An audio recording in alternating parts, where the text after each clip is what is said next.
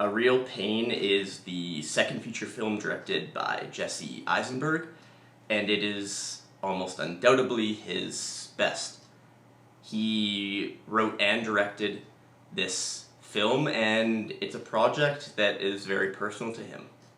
The film essentially follows two cousins played by Eisenberg himself, alongside Kieran Culkin, who puts forward what I estimate to be one of the stronger performances of the year, even though we are still in January.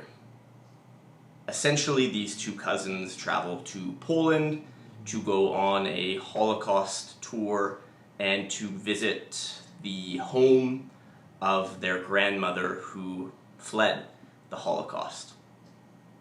The story is actually based on Jesse Eisenberg's aunt, and the locations that they visit are the real locations.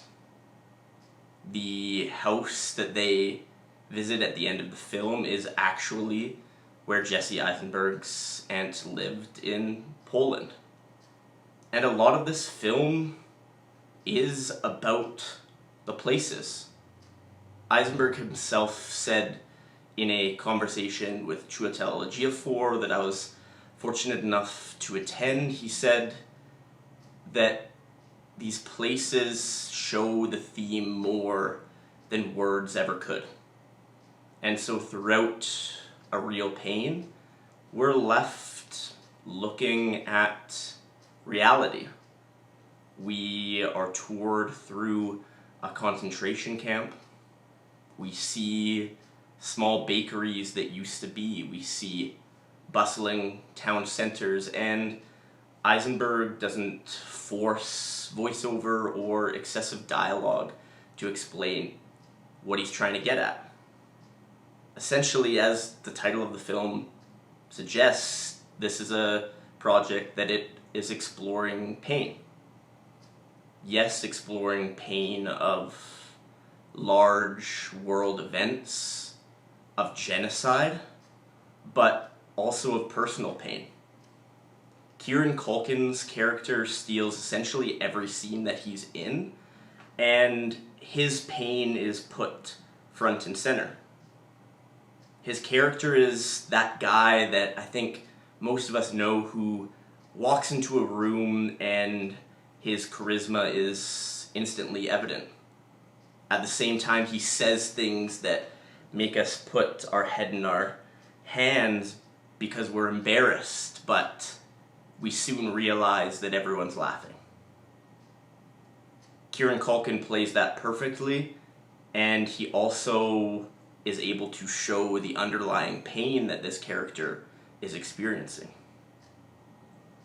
He is someone who is struggling deeply and immensely, and his personal pain is set against the backdrop of the Holocaust. Jesse Eisenberg's pain is not so obvious. In his strongest moments of the film, he has a monologue in which he explains that his pain is unexceptional.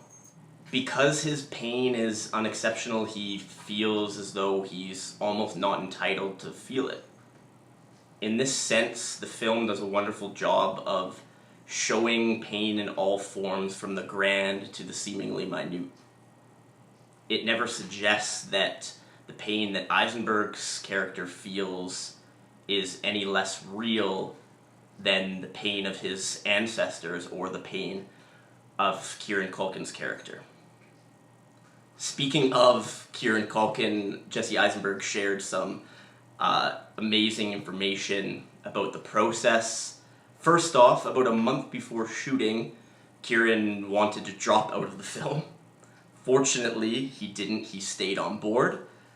And he ultimately arrived in Poland the night before they began shooting. Apparently not all too concerned with the possible effects of jet lag. Moving into the shoot, there was a day in which Kieran Culkin's character had the most intense monologue of the film. He approached Jesse and he asked, "What scene are we filming today?" Jesse Eisenberg, being the kind of anxious man that he is, went into a bit of a panic, asked him if he needed to borrow his script, but he explained what the scene was, and Kieran just replied, "Oh, great, yeah, I love that scene." And of course, he nailed it out of the park. As I alluded to earlier, this film is kind of more about the everyday than it is about the atrocities that occurred in the past. The backdrop of Poland, of the concentration camp, of the local town in which Jesse Eisenberg's aunt lived is important, but it just allows the characters to essentially show their own pain. Eisenberg was awarded the screenwriting prize for this film, which he certainly deserved, and it is probably my favorite film of the festival. It also secured the largest distribution deal out of any film of the festival from Searchlight Pictures, so it will be getting the theatrical release that it deserves.